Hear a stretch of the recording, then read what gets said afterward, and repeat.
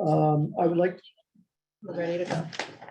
I'd like to call to order the meeting of the Food Service Committee. And are there any public comments? No, thank you very much. Approval of the minutes from the last meeting of Make a motion to approve. second, all in favor? Aye. The food service pension application. Jerry, are you there? I am. Okay. There's one only submission for the food service. That is on behalf of Mercedes Mancusi, who is a cafeteria worker with the Board of Education. She is electing to retire early and elected the standard form of payment. Any questions or discussion? Okay, I move we approve. Second, Second. all in favor? Aye. Opposed? No. Passes unanimous. I move we adjourn. Second, all in favor? Aye. We're catching up to our extra time we used. Perfect. Okay, now we're gonna go to the regular pension board meeting, and I'm gonna call people in. And I'm not gonna close the door in case it's locked. We won't lock you up. Hello.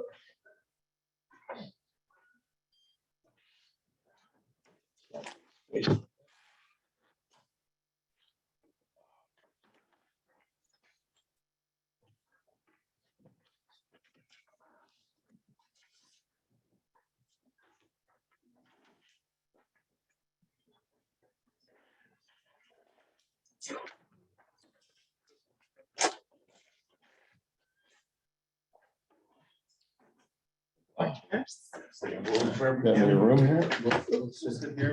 Okay, yeah, sure. Are we up first?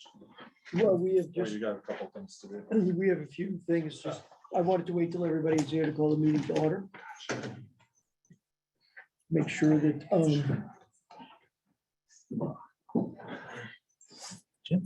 are you? just maybe we're all ready to go. Yes. Okay, perfect.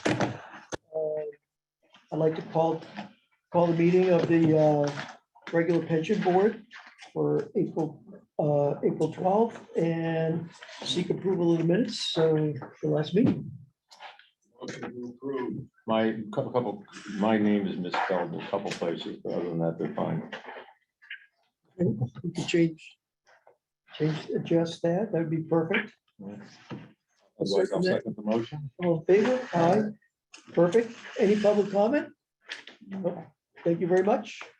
Jerry? Okay, this is the last one. Yep. This is the regular pension, and this is on behalf of Lynn Sadlin with the Board of Education. She is retiring under a regular pension, and she has elected the standard form of payment. Is there any discussion or questions on this? I looked it over. It looks clean. That's fine. I move we approve. I'll second that. All in favor? Aye. Passes unanimous. Thank you very much. Jerry, thank you. You're very welcome. Good luck. Congratulations. And Thank congratulations. you. Okay, next actuarial presentation. All right. Ta-da. All right, so in front of you, you should have a PowerPoint presentation. We are gonna go as quickly as we can through it. We got a lot of information to provide you. We broke each of the 4 plans into about 10 slides or so each. They're all going to look very similar to each other. They're all commingled asset pools, so you have the same investment experience. So we'll kind of touch on the city plan in a little bit more detail, but we'll go through the other 3 definitely much quicker. Just first on slide Just 2. one thing first. Yes, I don't mean to interrupt you, but do you want to make sure Henry's on? Do we know if he is? I could check that. He's the brains of the operation, so. I understand. Let me turn that off. Oh, that means you've been listening to us. No, yeah. No. He calls me quite frequently, so. I think he's got me on speed dial. I don't see him, but I will text him that.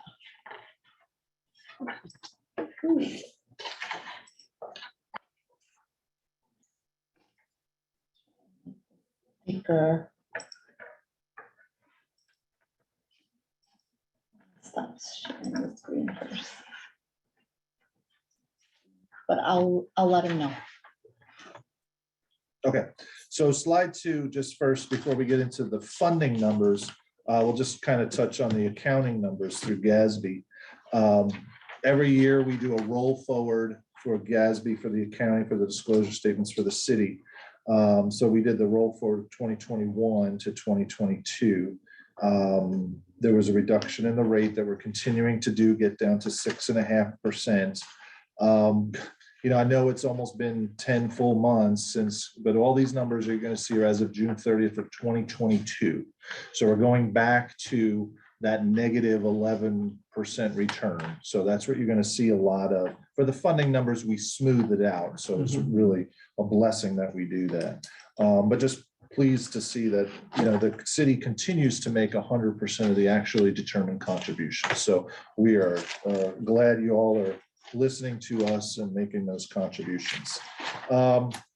Again, accounting is different than funding. The liability is basically the same. We're just rolling it forward from one year to the next, but the only difference is we're using the market value of assets, or what they call the fiduciary net position, as of June 30th. For funding, we use that smoothing technique. So you are going to see a little bit more volatility in these results from year to year. So when you have a really bad investment year, assets are down, you're going to see a larger net pension liability as far as the accounting side, and the ratio is going to be a little bit more volatile from year to year. The other 3 lines there will kind of more touch base within the funding plans. So moving on to slide 4, for the city's plan, the key findings for the VAL. Again, we smooth out those returns. So the negative 11% is kind of mixed with the great return we had in 2021, and then the mediocre returns we saw in 2020. So overall, when we blend those over and we use the 5-year smoothing, the return is 6.1%. So not as bad as what we would have thought. And that's why we smooth it out. So we don't have that volatility in the market when we are trying to budget contributions. So 6.1 is still below the assumption. Yes. The 6.1 is, the smoothing is 5 years. It's 5 years. Yes. So it's 18, 19, 20, 21, and 22. So each of these plans either went up in liabilities or went down in liabilities, or they changed their unfunded. And the unfunded liability is what we're really concerned with as actuaries. So that's the amount of money that is the assets are currently short from the liability. So we're really concerned with how that moves from year to year. So for this plan, the unfunded only moved by to $200,000. So again, with a bad return, that's really not a bad result that we had there. The reasons for it, obviously, we're still lowering that discount rate by 1/8% each year. So that was $3.4 million increase. $1.5 million was due to the investment experience, but we actually offset it by 4.7 due to demographic and other experience gains. So more demographic, the behavior of retirements, withdrawals, and deaths really helped offset those other changes. So you see the funded ratio actually increased for this plan, and that's what we want to see. And then the actually determined contribution that we're going to be asking for fiscal year 24 is about $7.1 million. I've already shared all these numbers with Henry, so he's already budgeted the city's budget for all of these, but just about a $400,000 increase from last year. The next, again, 8 or so slides are going to just kind of dig into each of these plans. So I'll go through this pretty quickly, but here's on slide 5 is just the membership. The active members for the city plan is going down. This is a closed plan, so this should be going down. And we're actually now maybe starting to see even a drop in the number of retirees. Yes, Frank. One of the other things is the contribution. Yes. My understanding is there was some discussion about the contribution going into OPEB. Do you know anything about that? There was a question about it going into. There was wasn't there some discussion about The amount? the amount that was gonna be going into OPEB? Yeah, so what we did was we do a valuation for OPEB every 2 years. So in that valuation, we give you a number that should go in for the next 2 fiscal years. So it was in that last valuation, that should have been the number that would go in for this fiscal year. So I did give that to Henry as well. Okay, thank you. On slide 6 is the look at the payroll and the benefits. Green bar here is payroll. So payroll's been dropping as we should expect it with the active membership growing, decreasing. But then the annual benefits are increasing for this plans. So they're gonna get to a point soon where they're almost equal and benefits are actually exceeding salaries. On slide 7 is a breakdown of the liability. We call it accrued liability for all your members. So this is kind of a breakdown. There's about $277 million of liability for all of your members. Most of that is retirees. The green part of this pie chart is retirees, 66%. So about 2/3 are retirees liability. So again, that's going to just keep growing with this plan being closed. We're going to see that blue part of the pie chart get less and less. So again, that's your liability side of all your membership. That's how we're valuing all of your members with a liability. We compare that to the asset amount. And this graph, if anything, just proves to why we use smoothing. Just looking at this over the last 3 years with the market value of assets where we were at 198 million and we went up all the way up to 242 million and now we're down to $206 million. If we were to try to budget contributions on those amounts, you'd see a big swing in that $7 million number from year to year. And that's what we don't want to do. So that's why we use this smoothing technique. So if there's any graph that proves why we should be using smoothing, it's this graph here. So we've got our liabilities, we've got our assets. We compare them to on slide 9 and we come up with our unfunded accrued liability. You can see it barely went up. Like I said earlier, it only went up by $200,000 here. Liabilities and assets almost went up identical, and our funded ratio is again up a little bit. Last 5 years of the funded ratio, we've been hovering right around that 80% mark.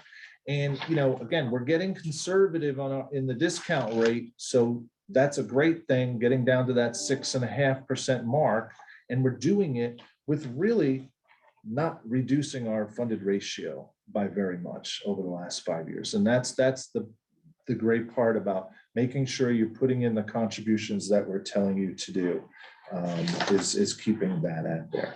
On slide 11, and you'll see this again in each of the other 3 plans, this is our actuarial kind of report card or checklist that we want to make sure that we go over with you, because this really is telling you where the numbers are moving from year to year. And so what we're seeing. So we have different sources down on the right-hand side of this graph. They'll be all the same for all 4 plans. We start with investment return. We had a 6.1% return, which is below our 6.75 assumed. So we had a loss.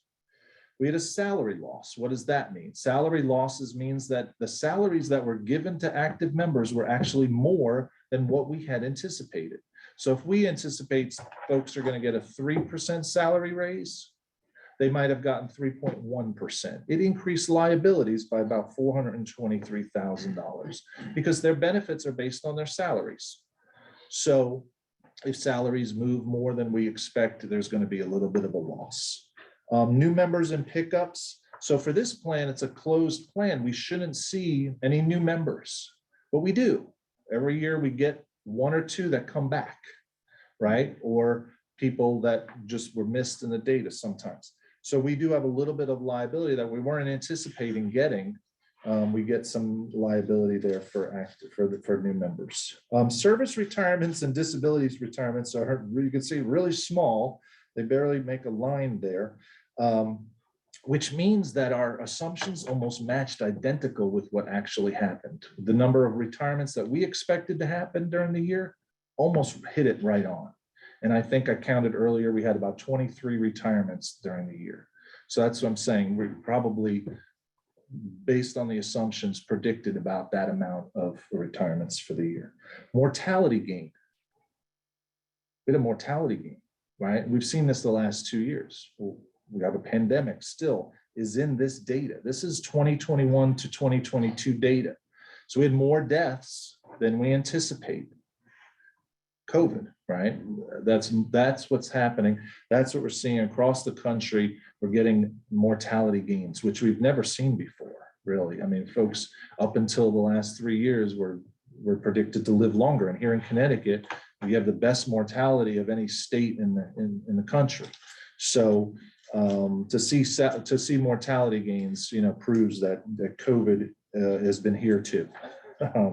What was it in the previous year? Do you know that offhand, or I don't, but we can, No, it might be in the report. We can look. you know if that's stabilized in the last 6 to 9 months? We only get the data once a year, but my prediction is yes.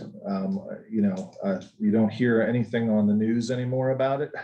So I think it's kind of hitting There's the still low a end. few thousand deaths a week, or is it? It's still substantial. Yeah, nationwide, Connecticut's pretty low. Yeah, it is. I mean, the last 2 reports were less than 10 a week, and then the governor sends out a report once a week. The Connecticut numbers are way down. Yeah. Compared to hundreds at this time last year. Yeah. Okay. 7 last week. Withdrawal gains means there were more people leaving the system before retirement. And you've heard of the Great Resignation over the last 2 years since COVID. A lot of people are leaving their jobs and going to find other jobs. We're seeing that again. That's a national trend that we're seeing more folks leaving. Well, that's a gain to the system because you don't have to pay them a benefit for many years now, or they might have gone out and you collected their employee money and got investment dollars on that. So that's a gain to the system. Other is more data changes. We actually had a gain there for that. And the assumptions is the drop in the discount rate by that 1/8%. So again, just to break down the actually determined contribution on slide 12 for this year. Normal cost is the accruing benefits for active members. That's the ongoing cost of this plan. So if you were at 100% funded, the cost of this plan is about $2.6 million each year based on your active membership now. But members are making those contributions to help offset that by about almost a half of that. So the employer or the city's portion is only about $1.3 million. We have a little bit of an admin load and a little bit of inflation and interest there. And then the unfunded accrued liability amortization payment is the amount to pay off that unfunded of $255 million that we showed on slide 9. It's costing about $5.5 million. So right now we're using, and we have a note there at the bottom, a 14-year amortization base period to pay off that unfunded. So that's 14 years. So every year we drop that down by 1.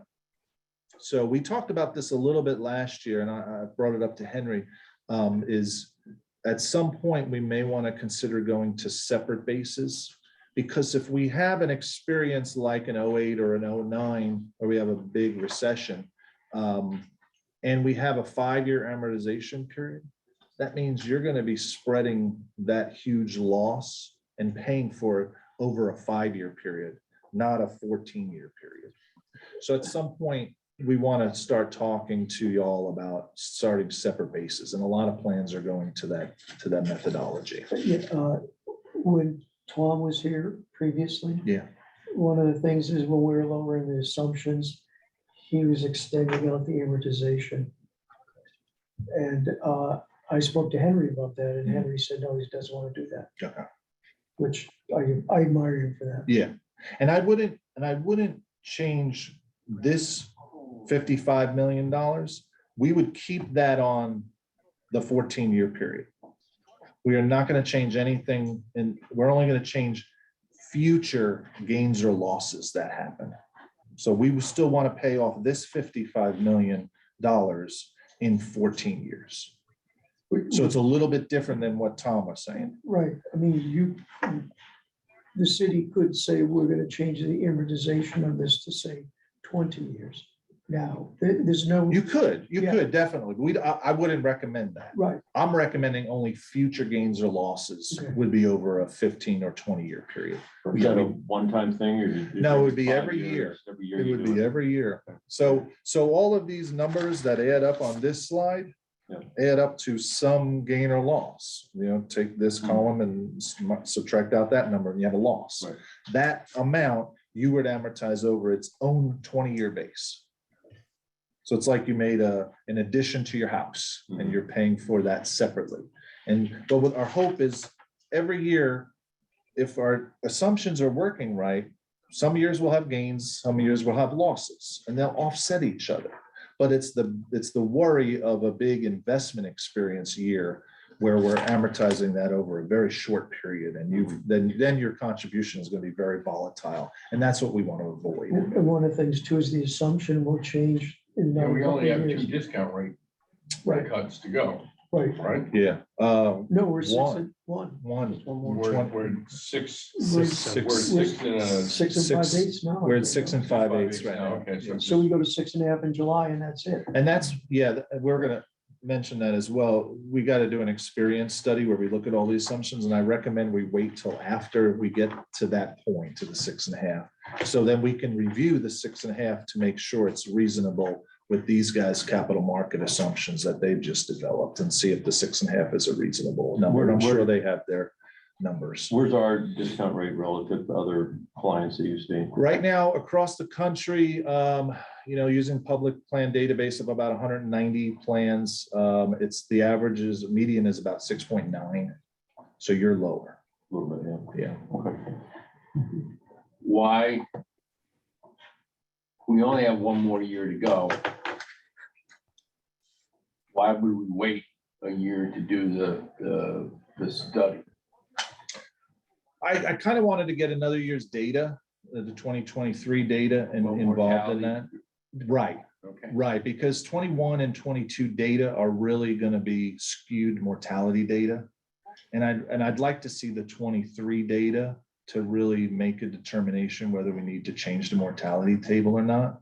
I mean, I could go back and we can use 18, 19, and 20 before COVID, but it's up to you. I mean, we would certainly do it. It's due this, it's due after this Val to do, but it's been 5 years since you did one, but. When you do the mortality table, do you use the average of the United States or do you use the average of Connecticut? Okay. The tables come out on the average of the United States, but then we twist that Twist it out. line to base it on the Connecticut data. So, yeah, and you guys have the best. One of the highest, But right. there's also, my understanding is there's also varied mortality within states, like northern Florida versus southern Florida will have a much different. Yeah. So I don't, do you go that deep into it or? Oh, yeah. Okay. Yeah, we base it on if we have enough data, and we're the actuaries for the state plan, so we have a lot of data in the state. Okay, We'll you can break it out. we can break it out. And now the tables come broken down into teachers' mortality, public safety mortality, general workers. So you can really get pretty fancy with these We might mortality just stick with the tables. state. Well, just assuming. Yeah, it was Norwalk's mortality, Well, Fairfield County and. life expectancies here is much better than the average But state not a on lot better average. because this is recorded. Gotcha. All right. All right. And then just to finish up on the city side, and then I'll turn it over to Ben for the police.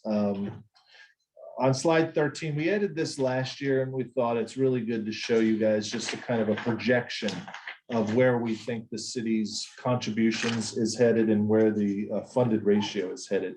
So obviously we have this negative 11% loss that we had for the end of 2022 that we have to smooth, that we're smoothing over the next 4 evaluations. So you see the black line here is showing the funded ratio kind of hover around, still around this 75 to 80% mark. And once that's through the books and we've recognized all of it, then you see the last 5 years where the funded ratio does increase.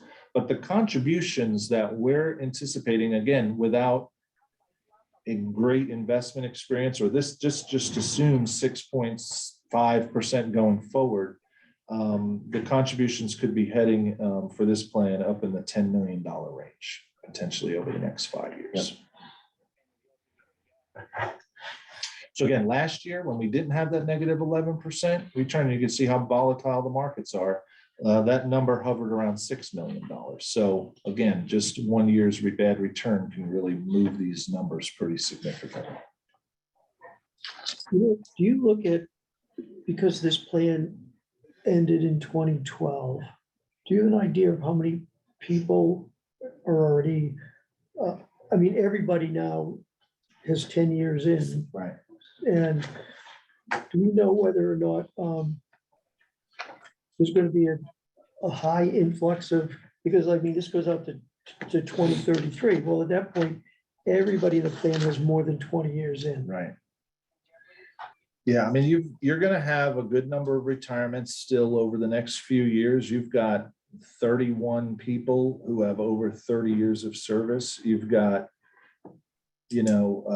almost 100 people, more than 100 people who are over the age of 60 in this plan.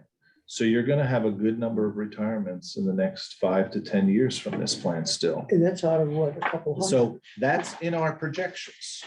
We're anticipating retirements in here in this projection number. So that's why you see it kind of inflated as well. So out of 287 people, 100 are over 60. Yeah, 82, 100, 103, yeah. Okay. Would you be surprised at how many people will continue working even with lots of years of service or older age? It's really, Yeah, this plan will be around, active members will be around for 30 years. Have you seen any trends in retirement ages, the average retirement age for our employees that group? That's a great question. I haven't looked too deep into that, but we can certainly get that data. We have that to see if it's trending. in some- Yeah, it's some- going up, down, or. Yeah, yeah, because we have all that data. I think so if you go back to our last couple vals on this page, it's on Schedule D, it's a retiree table. We have the average age at retirement. So you can kind of see, I don't have the last couple vals, but if I can get this for you, but that would be the number. But right now, the average age is 62 and a half of when people are retiring. I would expect, yeah. Okay. Any other questions on the city plan? Okay, all right, we're gonna go faster, so. yes, Buckle up. a little bit faster on the police benefit fund. Very similar as far as the investment smooth, the 5-year smoothing investment return actual value basis of about 6%. For this plan, the unfunded liability increased by $8.5 million from last year. We had some breakdowns there of the reasons for that. About $2.9 million of that was due to the discount rate change. We also did a method change for the police plan. The increased liability is about $3.3 million. Just having to do with the form of payment that we were using for those members who are currently participating in the drop. We were previously assuming that they would receive a life annuity. And what we're seeing more often in the data is that because many of them are married, that they are actually able to leave, when they die, they're able to leave a benefit to their spouse. So we wanted to kind of capture that liability. So this is sort of a one-time increase to make that change going forward. We also saw a $1 million increase due to the investment experience and $1.3 million due to demographic and other experience. So again, the funded ratio for this plan decreased a little bit from 77.3% to 74.4%. And we came up with an actual determined employer contribution of $6 million for this plan, which is an increase of about $1 million from the prior year. So going quickly through the next few slides, just to give you a picture of the membership.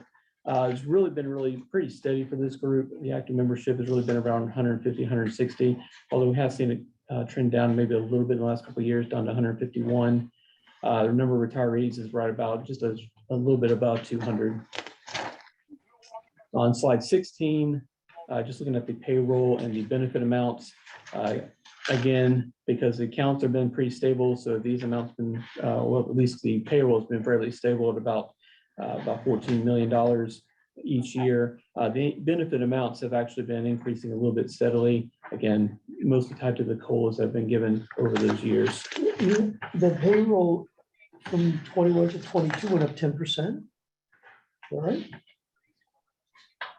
Police. yeah, Where, fireman, I'm sorry, the fireman. Oh, down a little bit. where, On page 16. Yeah, I'm sorry, I skipped ahead. I'm in the fireman. we'll be there soon. With this thing.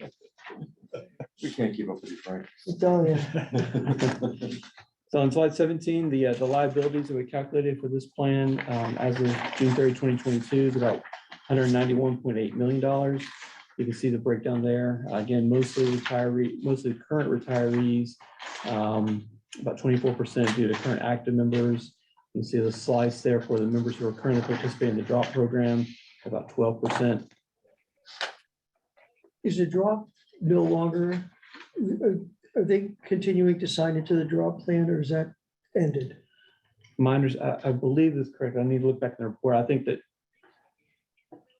no, I think it's as people hired after a certain date are no longer able to participate in drop, but current active members who were hired prior to a date could still elect to enter into the drop. So we probably will still continue to see people enter into the drop, but over time, we'll Over time, eventually it'll- see Okay, that phase out Yeah, it was closed fairly recently. 2015. Yes, So yeah, you're gonna see a good number still go into the drop. that's right. On slide 18, just look at the asset values. Again, very similar picture to the city. The market value for the plan decreased down to 132.9 million. Again, because we're smoothing that out, the actual value of assets actually increased up to 142.8 million. So you can kind of see the actual value of assets has been steadily increasing over the last 5 years, which is very encouraging. On slide 19, just kind of walk through putting the assets and liabilities together. We take the accrued liability of 191.8 million, we subtract from that the assets on hand of 142.8 million. We arrive at the unfunded actual accrued liability number of about $49 million. And there's the increase of about 8.5 from the prior valuation. And on the next slide, you see sort of the history of the funded ratio. We're down to 74.4%, has been a little bit of a steady decline for this group, but again, we are lowering the discount rate for this plan. So we somewhat expect to kind of see the funded ratio come down in the short term as we are sort of recognizing that each year. On slide 21 is the sources of gains and losses for the year. I've just highlighted a couple of these. You can see at the top, the investment returns about a $1 million loss for the year. Again, there at the bottom is the assumptions and method changes we made, which is probably the bigger part for this plan for the year. And getting to see kind of a large gain for withdrawal. We kind of seen that in a lot of our plans, that there's a lot more terminations in recent years. We'll kind of pay attention to that, see if we continue to see that trend going forward. What goes into other again? So other is usually various data changes that can happen from year to year. A lot of times that can be something like a member, a retiree, maybe didn't have a spouse information provided, and then all of a sudden in this year's data, they had a spouse information provided, and Okay, that kind of moves their Just liability. data, a lot of data cleanup. got it. All right, I was just looking at it like compared to the pension plan. That's a pretty big. Yeah, we've differential. been working with Jerry the last year a lot with we asked a lot more questions this year on the data because there were some issues, some holes in it that we wanted to make sure we cleaned up. So, yeah, we hope the other isn't as big as it is this year. Okay. Yeah. out of the 64% of retirees, do you know what percentage of those are disability? I'm trying to think if we have that in there easily attainable in our report. I'm not sure if we may show the liability broken down by disability, maybe. I thought Yeah, previous, for the police, of a liability, or there's the number? the number. We have 137 service retirees, and we have 20 disabled retirees. And then we have, if you want, 54 beneficiaries, which is spouses, survivors. And their average age at retirement is 52. about 10 years younger on the police side than the city workers. Go, as they go down the street and get another job. I was just surprised the disability was, such a high number on the actuarial. Right, on slide 21. Yeah, Yeah, there I were, think there was maybe one new disability for the year, there were two disabilities for the year. two disabilities. So Okay. we probably only project out one. Well, what was that number? Yeah, yeah, I mean, that's $1 million, isn't it? yeah. That is $1 million, yes. $1 million per, Extra liability. We weren't expecting them to start receiving a benefit now. And they went out on disability, probably a young person. Could be.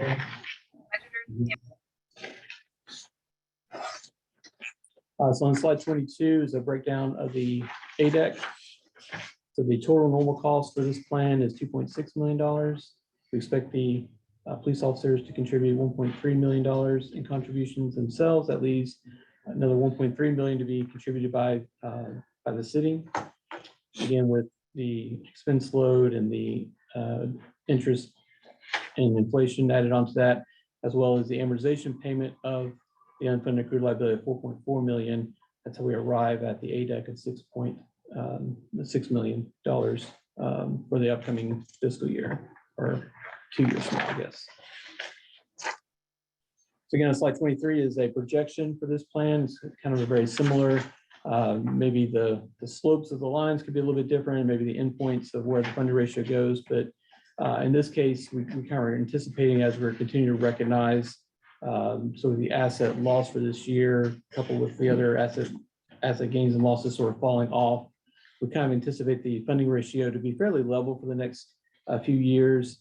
But then again, once all that's recognized, we anticipate that we'll start to see the funding ratio increasing, getting up to about 85% in 2033. All right, I'm gonna take over on fire unless there's any questions. Okay, I'm just gonna skip page 24 because we'll kind of hit all these on during the slides. There's 129 firefighters, active members. It was a big jump this year, so it must have been a big hiring boost in 2022. They increased by more than 10% of their force, and retirees stayed pretty level. Payroll on slide 26 is about $12 million. And yeah, that's the reason why payroll's up by over 10%, because the active members went up over 10%. So, so again, about $7.7 million that they're paying in benefits to their members.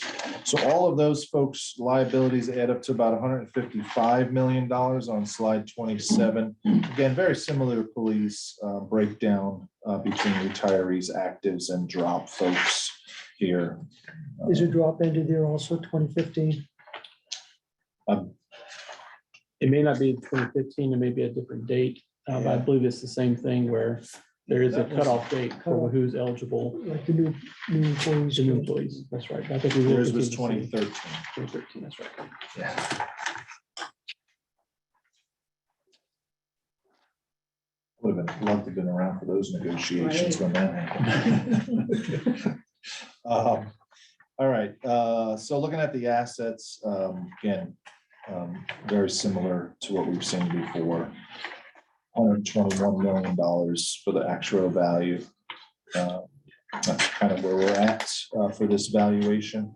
When we compare it to the liabilities on slide 29, you see the unfunded accrued liabilities about $33 million. It was $26 million last year, so about a $6.3 million increase.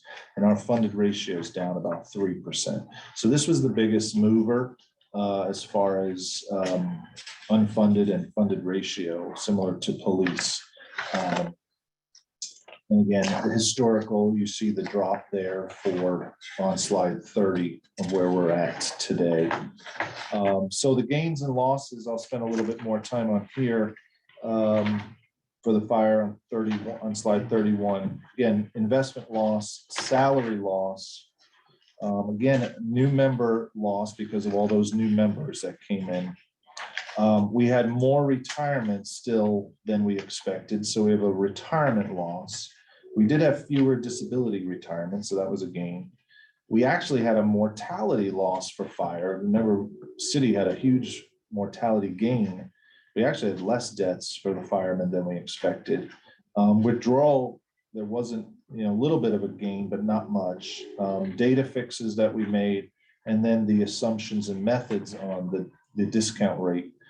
So everything for this plan went left, and that's what we kind of want to try to avoid every year, seeing everything go to the left. So this was a really bad year for the fire plan as far as that's concerned, and that's why you see the jump in the unfunded, the jump up in the unfunded, the jump up in the contribution, and the funded ratio going So all down. the data fixes, I mean, do you think we've cleaned things up now? Or We were where talking, are we in the yeah, process? we were talking to Chitsime before the meeting, and I think we feel really good going forward. This is our second full year of doing the valves, or third year.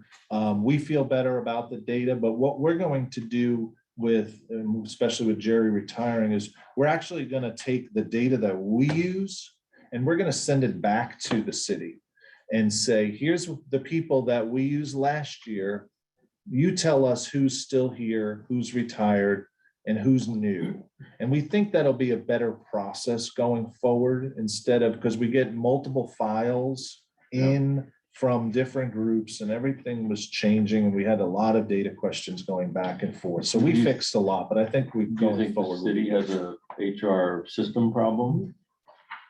I think, I don't know if it was just the prior actuary made a lot of assumptions on the data, but we pride ourselves on using good data, because I always tell our analysts, our folks, they're new actuaries, but their job is so important, because if we're using bad data, then we have bad results. So we need to have good data. And So you add up we, all these assumption numbers, it's for all these plans, it's a big exactly, number. we take $20 million or something. we take a lot of time, and we went way over budget this year. Spent a lot of our own money to fix up this data. You getting the right support from? Yes. cities? Oh, yeah. Yes, oh yeah, Jerry's been great, Yeah. and we're gonna miss her, but. Okay. I just, you know what, And on the city's employees, the assumption, it says just assumptions 3-4. Yeah. But then on the police and the fire, it says assumptions and methods. Yeah. Set, so that was the method change that Ben was talking about on the drop plan, where we changed the payment form. We okay, changed it from life annuity to joint and survivor. So now, because most of the police and fire who go into the drop and take their money from the drop are actually taking that annuity as a joint and survivor, and leaving a portion to their spouse or beneficiary, named beneficiary, after their life is over. So that's more expensive. okay. That's more expensive. Yeah, I So that just was, wondered why. that- we just noticed that. It was always done with the life annuity. Prior actuary, we took over, we did it that way.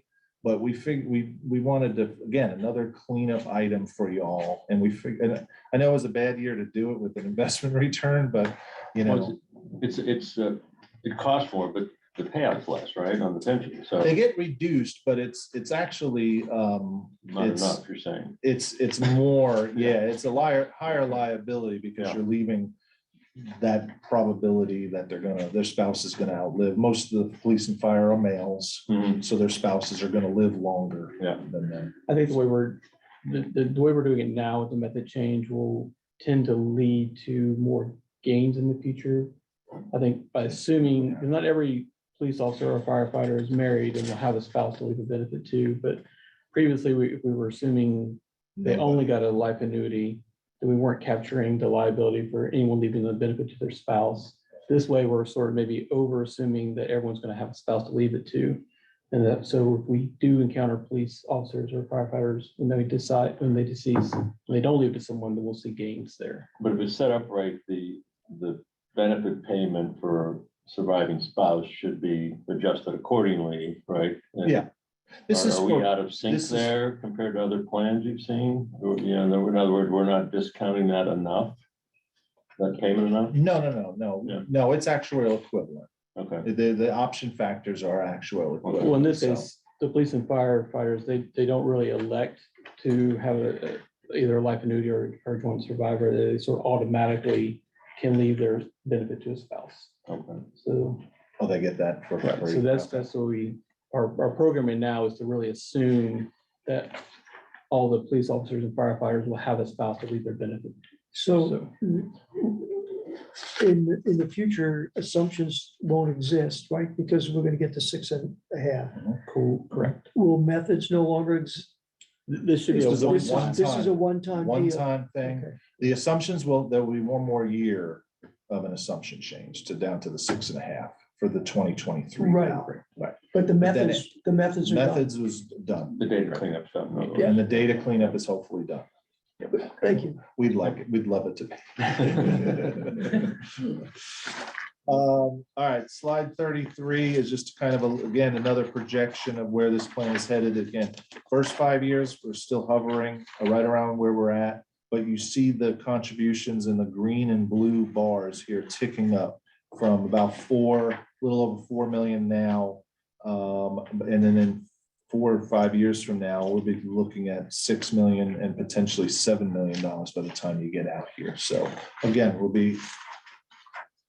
this is all dependent on investment experience and demographic experience, but this is kind of where we think we're headed going forward, right now. I'll just go over food services, just slide 34, and then if you want to ask any specific questions, but we don't have to go through all the individual slides. But again, very similar return on the actuarial basis, 5.9%. The unfunded did increase by about $300,000 from last year. You see the breakdown, 62,000. Now we're only in Ks. It's nice not to think of millions, only thousands.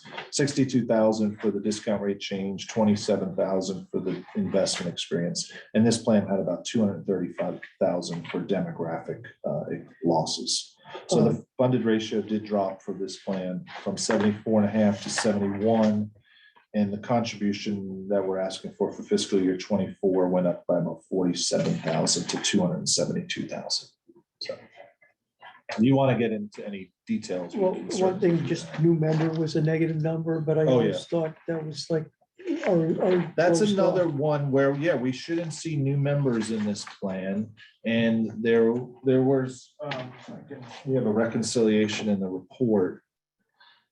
But there were two new members or pickups, into this plan as active members. Either rehires. So or- rehires or something, but they weren't a retiree and they weren't a deferred vested. So they came back to the plan. I guess if you can, Could if it- you could leave the Been a data plan. problem also? No, we would have put Yeah. data correction if Yeah. it was that. So we knew that it was somebody who was formerly in the food services, like terminated or withdrew Medical leave and or then something, came maybe back. COVID leave or Yeah, something. Yeah. something maybe. And could you tell me how many people are in that plan, just out of curiosity? Yeah, there's 49 actives. Page, whatever, 30. Yeah. 35. 49 actives, 40 retirees. So much more. Much more.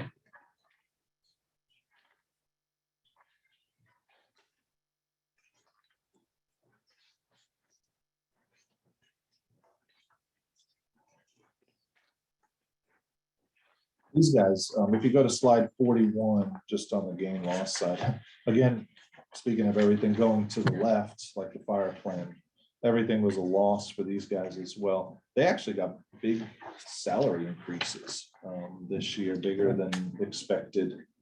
They're only making about 25,000, but Some of the pensions are really small. yeah. I think we Yeah, have for one- these food services. I actually think one, I remember voting on and approving it, I think it was under $100 a month. Yeah. But does that take into account the two new active members, that salary? No, that doesn't actually. That Okay. includes these all include the people that were there Got from it. 21 to 22, so it doesn't include those people. That's a benefit. Yeah. Good question. Does anybody have any other questions? Yeah, I have a question back on page 3, sorry. So you look at the funded ratios for all these different plans. Yeah. Does the city have discretion to fund less for OPEB and more and kind of balance these funding ratios out when they make their contribution? Keep in mind that on this slide, this is the accounting side, so this is using the market value of assets Okay, for each of these plans rather than the actual smooth value. So OPEB was over 100% on the smooth. Right. value. We didn't show you the OPEB results because it's only done on a funding basis every 2 years. Right. But last year, I believe it was over It's 100% over funded. 100%. Yeah, we always funded over 100% every year. I know that last year, the ADAC was only 2.4 million.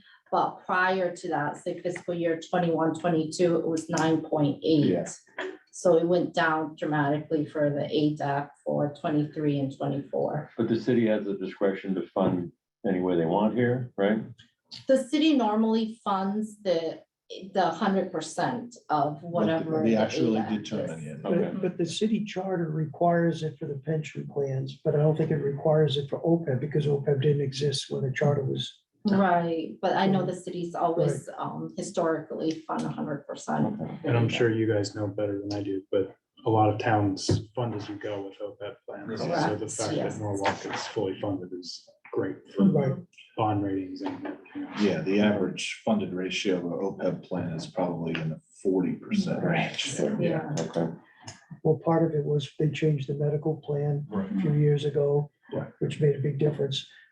But also now we're drawing down Yes, roughly 12 million a year, right? right, because, And yeah, We have never drawn, this is the first year that we've started to take money out. Take money. Oh, correct. Okay. To reimburse the city for the cost that we pay each month. Okay, gotcha. Okay. Anybody any questions, anything Yeah, else? Good presentation, guys. Yeah, Thank you. Thank you. Appreciate it. Great to be here. I'm glad I voted for you. It was great to be here. in person. Safe travels. We'll stick around for you. Yes. We're just headed to the hotel, so we'll stick around. Give our Now I can regards, have a sandwich. Yeah. Give our regards to the governor and everybody else up in Hartford. These are. No, we're- Aren't you going up there? No. That's right, you do it Zoom. Yeah, everything is virtual, so we haven't been to Hartford in 3 years. I used to be there 4 or 5 times a year. Really? That was one of the reasons why,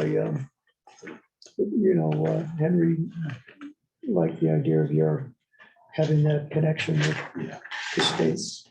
It's great. Yeah, we do a lot of work for them. So it's nice to have work for you all too. So appreciate it.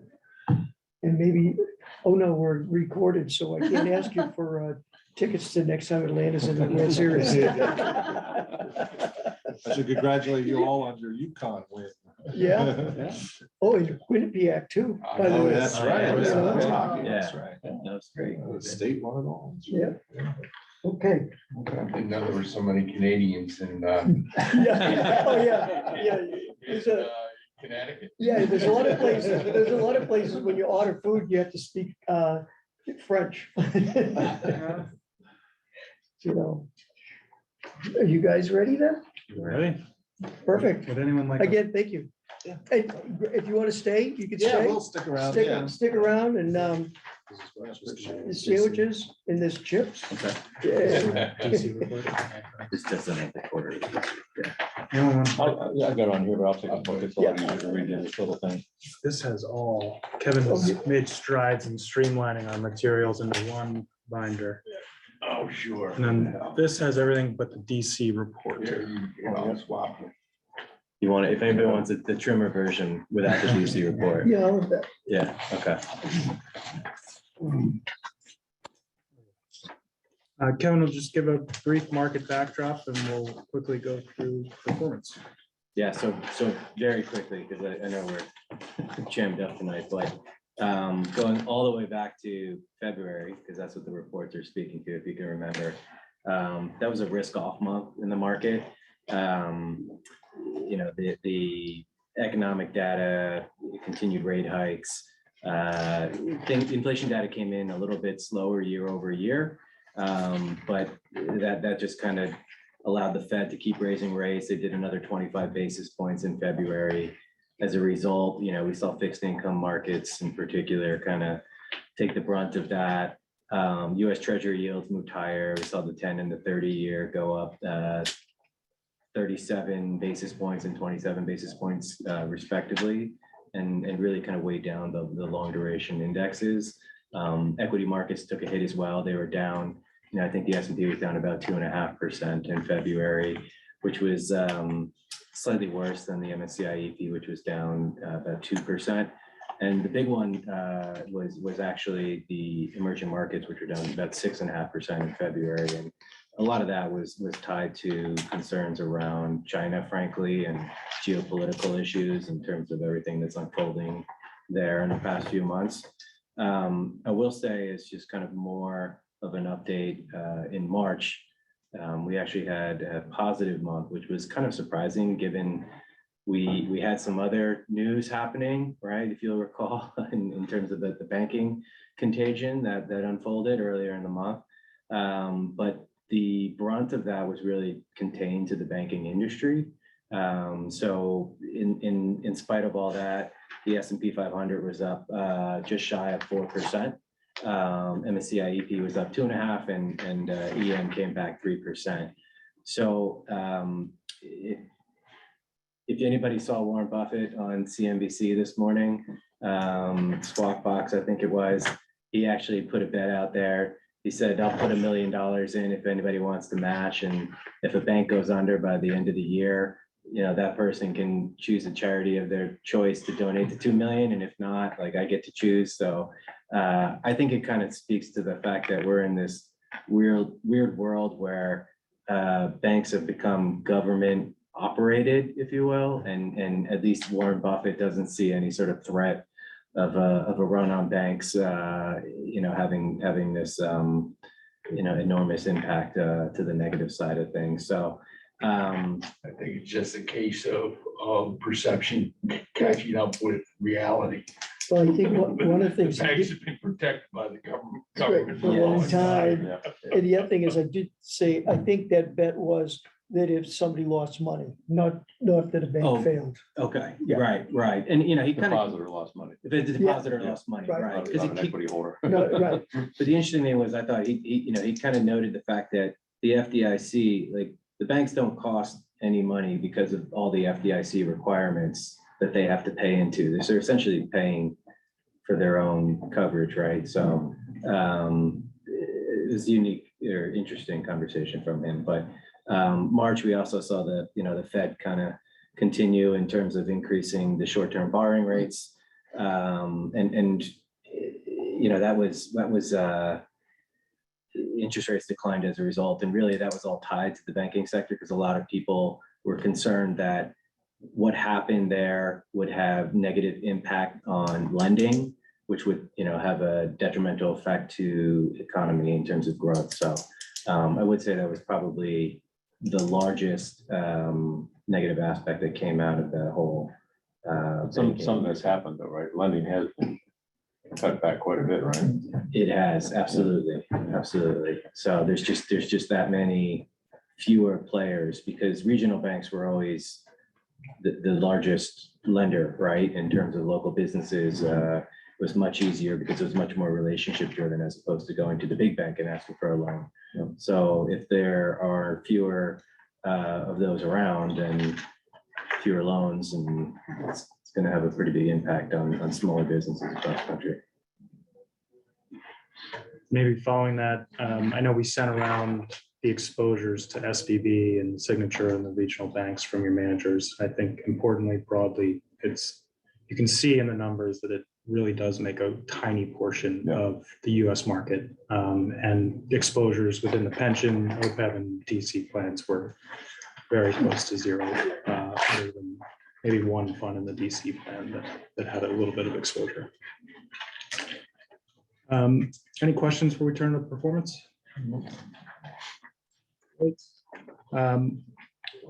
So here on page 3, I don't know which, probably hopefully the first tab, showing the asset distribution of the pension plan through February. Total assets about 466 million, about 3.6 million in benefit payments, and about negative 10 million in unrealized investment losses. In terms of weights versus target, continues to be a slight underweight to total equity, largely driven by an underweight to US equity and an underweight to global equity long short, as Blackstone is in liquidation. You will notice that Columbus Circle's name has changed to Principal Dynamic Growth. That has been rebranded given their merger with Principal, now that they're under their umbrella. We have invited them to present at next month's meeting, and they plan to be here in person to do a portfolio review. And we are expecting another distribution from Blackstone, I believe at the end of the month. For performance, on the next page, US equity continues to do well versus the Russell 3000 index when looking at the composite, largely driven by LSV. Their performance has been really outstanding over the last 3 years. Principal Dynamic Growth, formerly Columbus Circle, has struggled fiscal year and over the trailing year, as we've discussed in the past, largely due to a poor fourth quarter. Longer term performance continues to be very good. So we'll have them in next month to discuss the portfolio. Within international markets, Artisan has done well in more of this growth market that we've seen kind of from the fourth quarter into 2023. They were replaced by Walter Scott in the middle of March. So we'll see Walter Scott coming into the portfolio. And you can see Silchester, while they've slightly underperformed the value index, they've done very well against the ETH index over the trailing 1, 3, 5, and 7-year periods. We also saw outperformance within BlackRock emerging markets. Quantitative strategy has done reasonably well of late, but we'll continue to keep an eye on them. ABS has had a good fiscal year relative to their HFRI strategic index. And you can see returns over the trailing year down about 2.7%, but certainly outperforming the public markets benchmarks that you can see on this page. Within private equity, most of the exposures in the 2014 fund, these numbers are lagged pretty significantly in this report. We do expect valuations to continue to come down, probably not as much as we've seen in public markets, but we do expect marks to be down going forward, at least for the next few quarters. On the next page, fixed income, Prudential Core Bond Fund has done well versus the aggregate index. You can see outperforming fiscal year to date. Metropolitan West Fund, the TCW Core Plus Fund, has underperformed largely due to their overweight to credit, as well as some of their stock selection in high yield. It's obviously been more of a risk off market than a risk on market, especially in fixed income over the last few years. And those plus sectors have hurt their performance, but longer term, they continue to do well. And you can see UBS and PIMCO have both done very well fiscal year to date and over longer periods. So fiscal year up about 5%, up over 1% over the benchmark. And you can see over the 5 and importantly the 7-year period up over 7.1% annualized and above the benchmark. Question. 3-month treasury bill, you got 1.96%. I bought them at 4.8. It's not buying a treasury bill point in time. It's a total return. Right. But a 3-month bill would have matured. I mean, the rates have been high. It's a different dynamic. Okay. It's basically please chime in. I just had to do this for another client who asked the same question. Let's see if I can come up with it. Essentially, it's a 3-month T-bill fund, and it's a total return fund. So it's not a spot purchase price. So one of the things that possibly we should do or consider, because we have over $5 million in cash, and why be in a fund? Why not? You can do 30-day CDs, 60-day CDs. CDs now are yielding more than bills. Bills previously were 3 months ago, T-bills paid more than CDs, but CD rates have come up. And why why be in a fund paying 1.9%? Someone stepped up instead of SVB for those CD rates. Well, no. I'm talking about top banks guaranteed by the FDIC. But even at that, I mean, why not buy T-bills why not buy T-bills directly using Northern Trust? I mean, we're talking about 2% on $5 million. It's a reasonable amount of money. The only thing I would say is that you take on a certain level of responsibility or risk then, because you have to have somebody within the city who's going to become a bond trader at that Well, point. it's not being a bond trader, it's rolling T-bills, which is not a great challenge. At what point do we tell them to stop? Right. I think that was the point. That's that more was my being point. made. You're actively managing securities on your own at that point. So you're making decisions about when to get in, when to get out. And Yeah, for a staff member. 300 basis points at $5 million. And we can ask Northern Trust what the cash fund current rate is, because I'm sure it's higher than. Right, I what mean, they're even like, reporting. I'll get like 4% of my Fidelity cash. right, but I was gonna say, I mean, I'm getting, that's ridiculous, getting 2%. Well, Yeah, their rate is, they use the stiff rate, so it's a short-term investment fund rate. So right now it's around 4.9%, 4.8%. Right, that's what we should be getting, 4.8%. I mean, I just was wondering why it shows here 1.98. My guess is it's the timing, but we can follow Northern Trust to make sure that I would assume So that we're currently receiving the market rate. so this is kind of looking over the past. This is the fiscal year to date, so you'd have to look at the monthly return, right? Is it all a number? Exactly. That's what you want to look at. Right, but the Fed started raising rates. Yeah. A while ago. Right. And this is like, right, so this should be, We'll follow up with Northern Trust and Yeah, get the monthly breakdown of. Yeah, because there was a little bit of a lag, because I recall for another client I worked with where they bought 6-month last September and it was 4%. So I'm not sure if rates had fully yeah, okay. processed. Should look at at that it, point. yeah. but do you have the money in an overnight rate? Do you keep the money in like a money market fund? Yeah, And what is that money, and the money market fund is paying that's the stiff rate. It's the Yeah, it should 4.8. be. 4.8? Yes. So we'll follow up and ask what, Yeah, I mean, The monthly maybe returns. this just shouldn't be one, that should, that number could be higher. we will double That check, way I won't complain. keep it on the side. We'll double check and get back. Move on to something new. Which is good. All right, Any questions? Well, we're on the subject of cash. I know we'll have enough that will get us through May, but we'll need that 3 million. So I don't know if you want me to bring it back next month to ask for cash. Yes, That include the, Blackstone reduction. Yes, Blackstone, yes. Right now we have 3 million in the bank, and then with Blackstone, I think it's gonna come in at 4.9. But we'll still need, to get us through June until we get the payment. funding, the ADAC in July.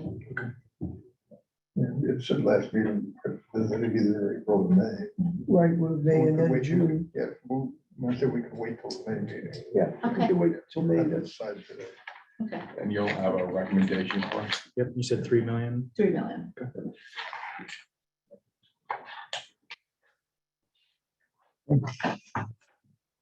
okay.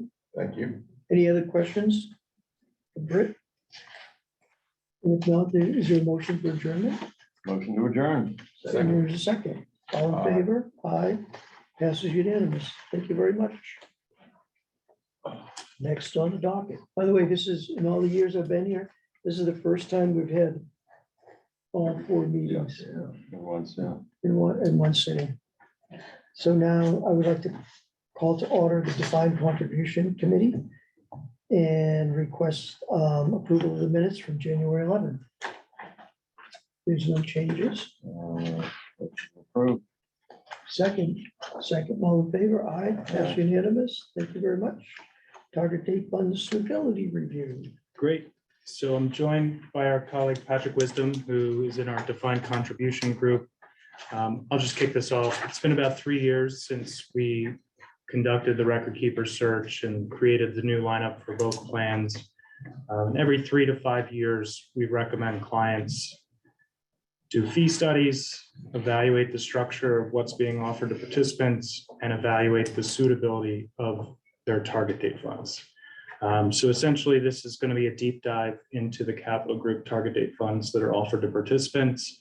And really, the goal is to follow the DOL's tips to suitability analysis for target date funds. And that's really keyed towards ERISA plans, corporate plans, but we do think it's best practice, even though it's not necessarily applicable to the city.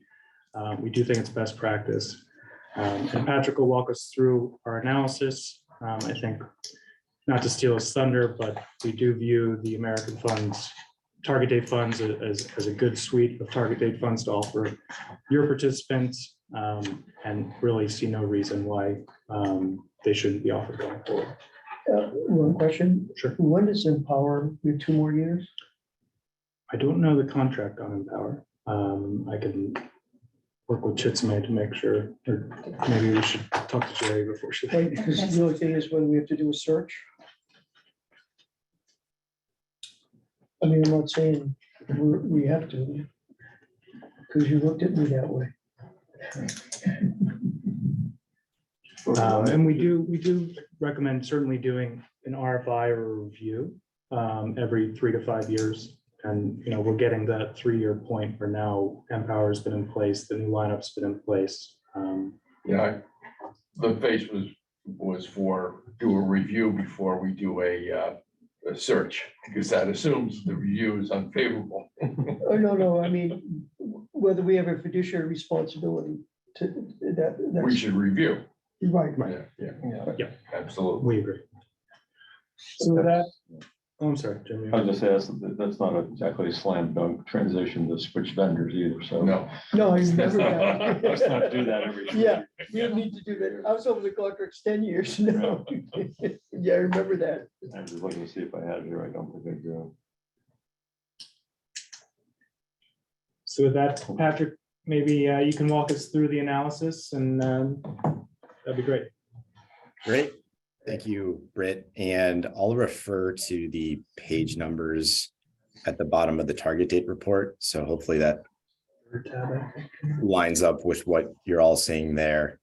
And so I'm going to start off on page 3, which looks at a review of the tips that the Department of Labor published in 2013. As Britt mentioned, these really serve as the guiding principles to our target date suitability framework. And the DOL came out with these not too long after the passage of the PPA in 2006, when target date funds started gaining a lot of steam, and they really became the predominant default option in DC plans. In fact, we do a survey every year of trends across the DC space, and we just released the results for 2023. And we saw that 97% of respondents to our survey use target date funds as their default option. And that's the highest that it's been in survey history, which goes back to 2006. So certainly a very important savings vehicle for participants. And as Britt mentioned, even though these tips are intended and were published for ERISA plan fiduciaries, we do believe that they provide a really solid framework for target date evaluation for any DC plan sponsor. And so within this study, we have different sections that look more deeply into each of these sections, and we'll get into those. But before we do, I wanted to touch briefly on page 5. And on page 5, we just have a quick snapshot of the defined contribution plans as of February 2023. We received some data from Empower to help us run this analysis. The data was at the participant level. And we really used some of that data to get a sense of what a representative participant in the defined contribution plans looks like. And that's a key feature that we incorporate into some of our forward-looking target date modeling that we'll touch on near the end. But before we get there, really just wanted to point out the pretty heavy target date usage in the DC plans, both in terms of assets and participants. You'll see that roughly 3/4 of assets are in the target date funds. Roughly 9 in 10 participants have a balance in the target date funds, and more than 4 in 10 hold only target date funds. And really that's all to say that the capital group target date funds are a pretty important savings vehicle for a pretty large portion of the Norwalk defined contribution plans. And if you recall, when we did the record keeper transition, the default for participants that elected to not make any decision was to go into the target date funds. Yeah. Which is why the percentages are so high, which we view as a good thing. What's the split on the 55 million between the 401 and the 457? 401 as of 12/31 was about 12 million. And the 457 was about 43.3 million. So those are probably more up to date than what Patrick has here. Thanks. Yeah. So the 457's been around for a lot longer Yeah. Yeah. and a much more mature participant base. Sorry, Patrick. No, and that kind of ties into some of the patterns that we saw as well, with the 401A being a lot newer. It's also got a younger participant base, and we saw that target date usage is a lot higher in that plan compared to the 457, but I think, not too surprising to see given when the plans were both incepted. So that's a quick snapshot of where things are with the plans. If you flip to 6, we have an intro into the capital group target date funds. When we think about capital group and their target date offering, they tend to be perhaps a bit of an outlier in the sense that when you look at the target date space and where assets tend to be going, over the years, we've seen a lot of assets go into passive or blended target date products that use index funds. Capital group's a little bit different in the sense that all of the underlying funds that they use are actively managed by different teams over at Capital Group. And I think it's really interesting to note that when you look at flows among some of the major target date providers, even in spite of the fact that they use all underlying active management, they've continued to gain assets and really held their market share over time, which I think really is a testament to their strong underlying active management capabilities, which I think you'll see come out to play when we look at the performance metrics. But all in all, they have 28 underlying strategies across equities, fixed income, and balanced. And one of the differentiators for Capital Group is they view each strategy as a component of a broader asset category sleeve. So they have 5 asset categories that you'll see in the table here. Those are growth and income, equity income, and then they also have balanced and a fixed income suite. And so if you flip ahead to page 7, the following page, they really think about these sleeves pretty differently across the glide path and specifically for participants in different phases of their savings journey, quote unquote. And so I think it's most pronounced or notable within equities.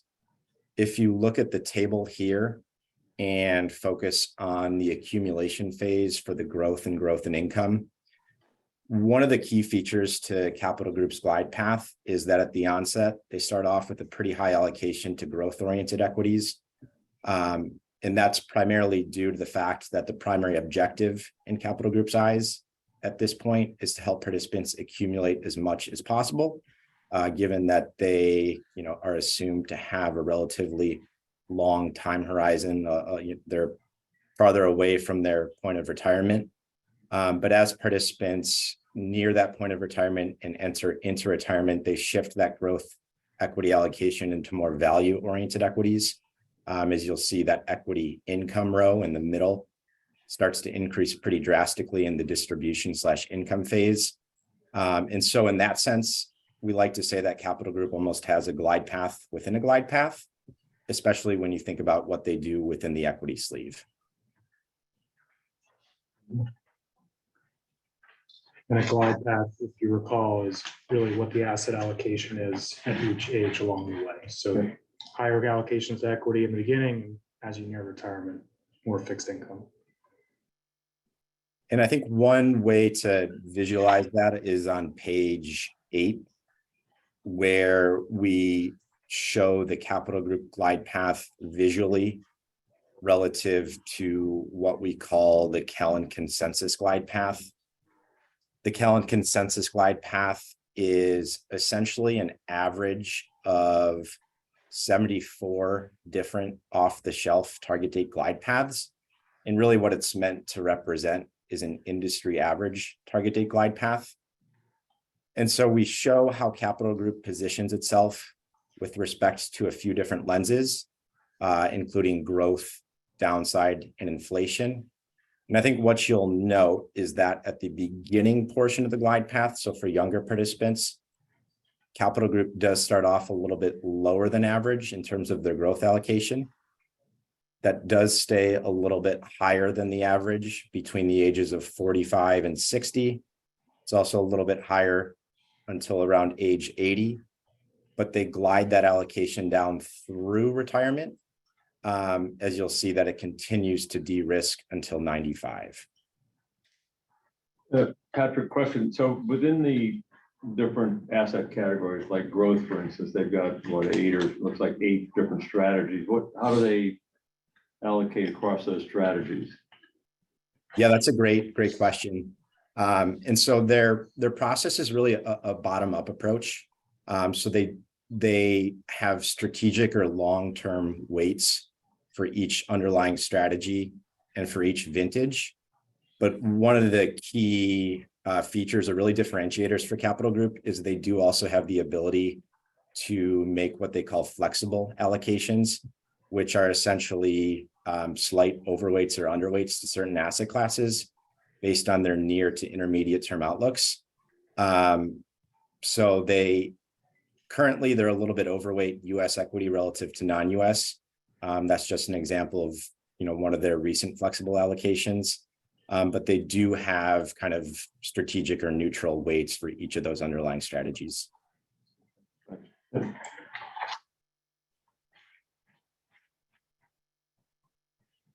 So if there are no other questions at the moment, I'm going to go ahead and move to page 10.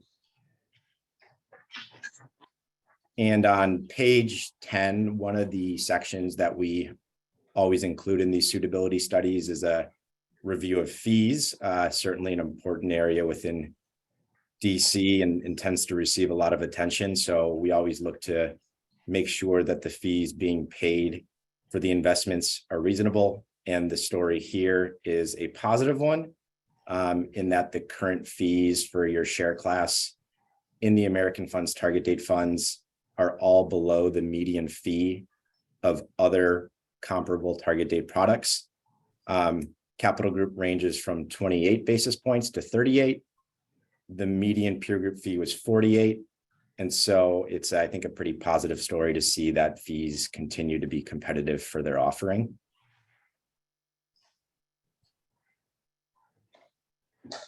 On the following page, we look at performance of the series on an equal weighted family basis relative to a peer group of other comparable target date products.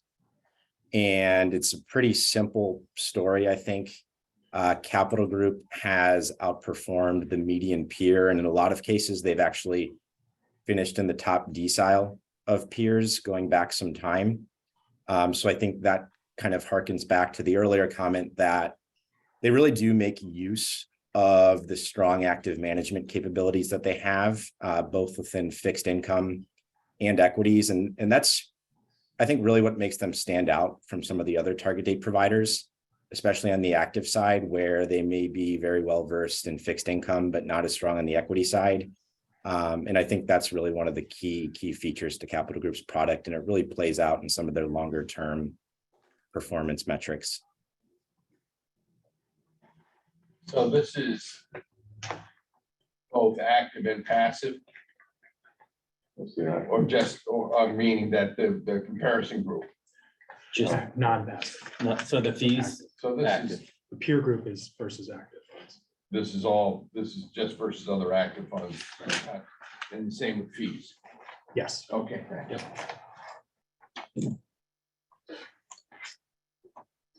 So in the 2 pages that follow, we have a couple of more pages that highlight performance on 12, looking at risk adjusted performance, specifically at Sharpe ratios. And so getting a sense of, how much investors are being compensated in terms of return for taking on an additional unit of risk in the form of standard deviation of returns. And so as you're probably well aware, the higher the number, the better. And so looking at the Sharpe ratios for several vintages of the funds going back 5 and 10 years, they've beat the peer median, each fund over both periods.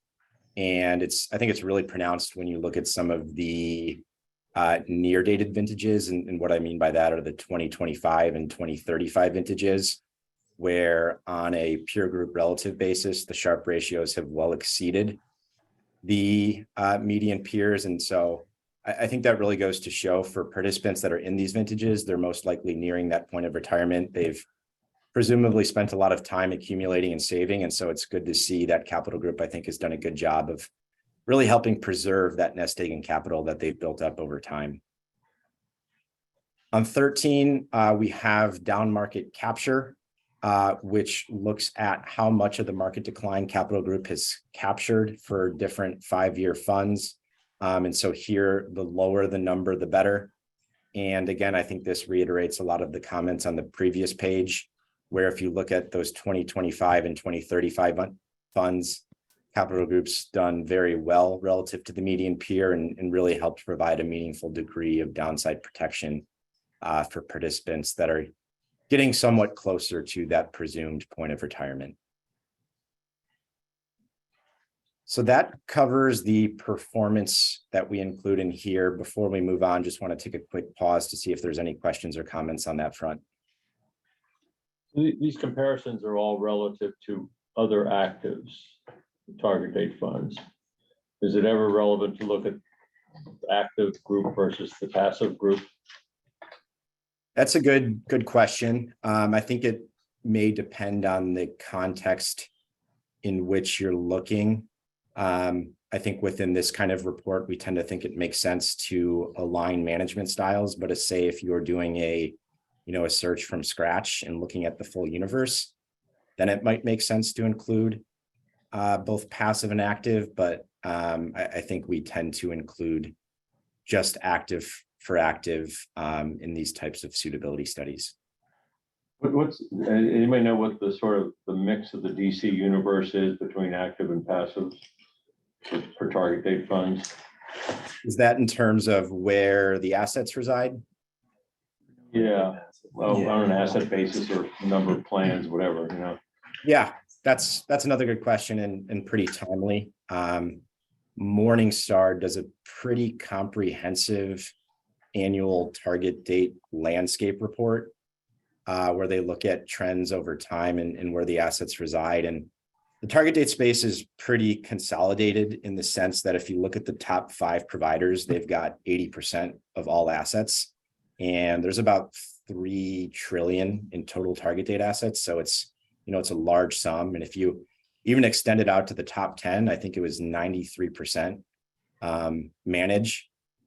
And in terms of the management style, 3 of the top 5 have passive products and 2 of those 5 have active products. So pretty close to an even split in that sense. All right, thanks. I think in general, we've seen a lot of plan sponsors implement passive because they didn't want to make that decision for participants. Easy out, right? And there's such a focus on fees. Yeah. In the DC space, so going passive and being able to just say, we're offering a cheaper solution is meaningful as well. Yeah, okay.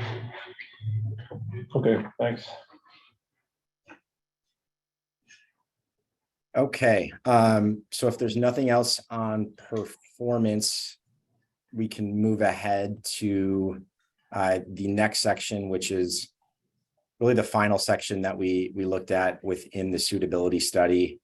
And this involves a forward-looking analysis, where if you look at page 14, we have a glide path model that allows us to assess how Capital Group will address different key risks that participants will face over the course of their lives. So some of those risks are detailed in the chart here. So you'll see things like shortfall risk, which looks at the risk or probability of not having enough saved to fully fund one's expenses in retirement. We also look at things like downside risk. So the probability of experiencing large losses, the probability of having high standard deviation at different points in time, whether that's right before retirement, if that's at different points in retirement. But I think one of the key things is all of these risks to a good degree involve some kind of trade-off. For instance, with shortfall risk and downside risk, shortfall risk tends to be lower when you have higher equity and are able to harness that equity risk premium to help participants hopefully accumulate more and save more over time. But having that higher equity results in higher expected risk and the probability of worst case losses. And really that's just to show and I think demonstrate that there are inherent trade-offs that any glide path manager has to make. But I think Capital Group tends to have a pretty well thought out process when it comes to addressing some of these. And so if you flip to page 15, we provide a summary of how Capital Group stacks up in terms of these risks relative to the average glide path. And we kind of have things color coded in the table here to signal whether Capital Group poses lower projected risk or higher projected risk. And so I'll touch on each of these briefly. We do have some more detailed information in the pages that follow, if you do want to look a little bit more closely. But starting from the left-hand side, in terms of shortfall risk, which again looks at the risk of not having enough saved for retirement, Capital Group in our projections had higher expected asset accumulation than the average glide path at the point of retirement. And so we say that they have lower shortfall risk than the average. When we looked at downside risk before retirement, we tend to think of that pre-retirement period as being between the ages of 50 and 65. And Capital Group is a little bit more aggressive in that period relative to the average. They have slightly higher equity. And given that higher equity, they do pose a little bit higher risk in the form of volatility and potential losses. So we do say they have slightly higher pre-retirement downside risk. And then in the ones that follow, they do have comparable risk in our eyes, pretty similar risk projected in terms of declines in volatility following retirement.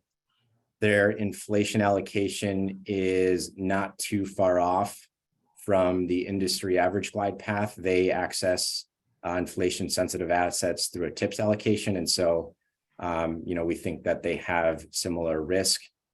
And the last one that we took a pretty close look at was longevity risk. So the risk of outliving assets at different points in retirement.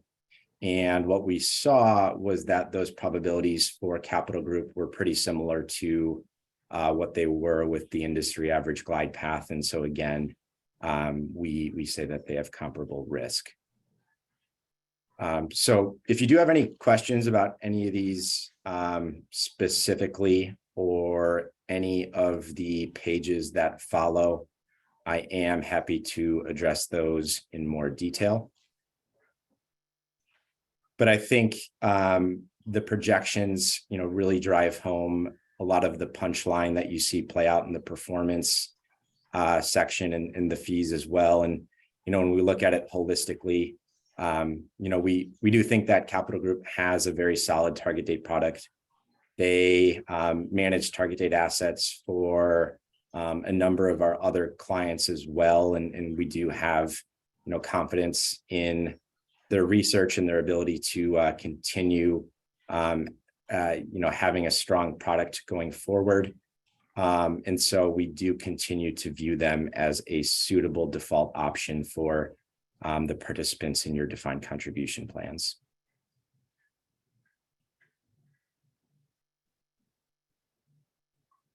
We do have some deeper dives into some more supporting material in the appendix, if anyone is interested. Just a question on page 23. The green on there means they're holding something else, right, in their account? Other way around. The blue. The blue is what they've got in the target date, right? No, the blue is where they have a target date fund balance. The Yeah. green is where they have only target date funds. Okay. Yeah, So it might hold a target date fund and an S&P 500 index. right. So it looks like people started, younger people are likely to just have the target date, and as they get a little bit older, they start to throw some other stuff in the mix. I think it's probably, Patrick would be the one to speak to this, but depending on when target date funds were added, especially if they're the default option, so when you get hired and it's a default option and you just go and put your assets, whereas if you were older and you didn't have target date funds in the plan, you weren't necessarily going to start utilizing them at 55. Right. And what you'll see is on page 23 is the 401, right? So that's the younger population that wasn't eligible for the DB plan. Yeah. Yeah. It makes Yeah, much that- higher that explains allocations it, yeah, only. If you look at the next page, Yeah. and then when we look at the report, the stable value allocation, because the Yeah. 457 is more of a supplementary plan. Yeah. Yeah. The allocations are. Yeah, it has to really do much with when we started this. Yeah, okay, got it. Thanks. You know what, I just have one question, do you really think that on page 16, when you have this by a social security expected program fund shortfall by assuming participants will receive 75% of their social security benefits? That's- Yeah, I don't think we're too much in the business of making direct predictions there. I think we do. Gonna run out of money. We do incorporate that 75% haircut really is just a conservative, Yeah, really just as a conservative assumption. You'll be senior someday, soon. The government doesn't seem to have any issues printing much. that's pretty serious. Just ask Macron how that works. Right. And there's I'm not saying it's gonna be a good thing. Does anybody have any other questions? No. Nope. Good presentation. That's nice work. Excellent, thank you very much, Thanks, Patrick. Thank you, Patrick. Thanks. Sleep better tonight, we're in good hands with. except for the 75%. By the way, one of the other things is, they go out to like 95 here or something. If you go, like, I have to start taking money out of my retirement account, my IRA. The government goes out to 115. What happens, You take out 98% then. Anyways, if there's no other discussions, motion for adjournment? And then we're gonna go into, actually, we have to do that in the meeting. Correct, Okay. yes. So I pull a motion to adjourn. thank you very much, because you want to go over 8 o'clock, it's 8:01. Oh my God, I'm in trouble. Anyways, we're gonna go into executive session. So I appreciate your presentations and their presentations, and The only reason why this is going on. Thank you. is you have chips. I got a couple left. Thank you so much. I gotta show you something. We're gonna adjournment. Motion for adjournment. Is there a second? All in favor? Aye. Thank you very much. Thank you, everybody. Thank you, guys. Nice to see everyone. Yeah. Okay, I'll end the session now. Thank you.